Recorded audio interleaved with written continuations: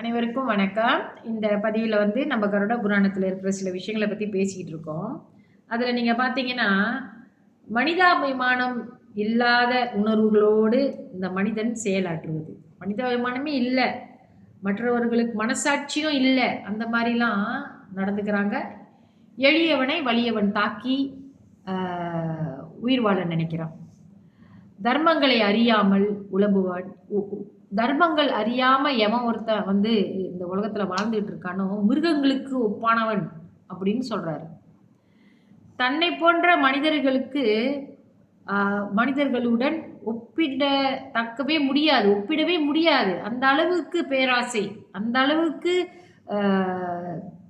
தவறான எண்ணங்கள் மனசுல இருக்கும். அவரை ஒப்பிட்டு பார்க்க முடியாது, இவன் மனுஷனா என்னன்னு அப்படின்னு சொல்றாரு. அறநெறி வாழ்க்கை, இந்த தீய பழக்கங்கள்லாம் இருந்துச்சுன்னா, கெட்ட பழக்க வழக்கங்கள் இருந்தாலே அறநெறியில வாழ்க்கை வளராது.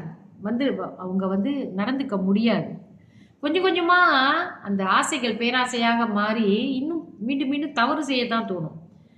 ஸோ இந்த பேராசையால் பிணைக்கப்பட்ட மனிதன் இதைவிட அதிகம் வேண்டும் என்று அலைபவனே தவிர தனக்கு கிடைத்ததை கொண்டு திருப்தி கொள்ளவே மாட்டான்.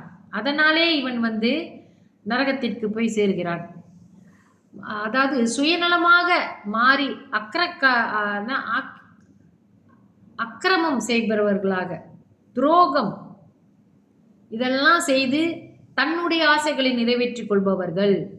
இவர்களெல்லாம் எப்படிப்பட்ட தண்டனை கருட புராணத்தில் கூறப்பட்டிருக்குன்னு நம்ம அன்னைக்கு சொல்லிட்டோம் இல்லையா? நிறையா விதவிதமாக இருக்குது. இப்போ பெட்டனா ஆளுங்க தப்பு செய்கிறாங்க, ரொம்ப முன்னேறி இருக்காங்க இப்போ அந்த தப்பு செய்கிற விஷயத்தில். அதனால தான் நம்ம முன்னோர்களும் சரி எல்லாரும் பக்தி மார்க்கத்துக்கு வாங்க, இறை வழிபாடு செய்யுங்க அப்படின்னு சொல்கிறாங்க. அங்கே கொஞ்சம் கொஞ்சமாக நீங்கள் இறை வழிபாடு செய்ய மனதில் அன்பு உருவாக மற்றவங்களுக்கு துன்பம் கொடுக்குற எண்ணம் நம்மளுக்கு வராது. பக்தி தான் இதில் முக்கியம் அப்படின்னு நம்ம பெரியவங்களாம் நம்மளுக்கு சொல்லி கொடுத்துருக்காங்க.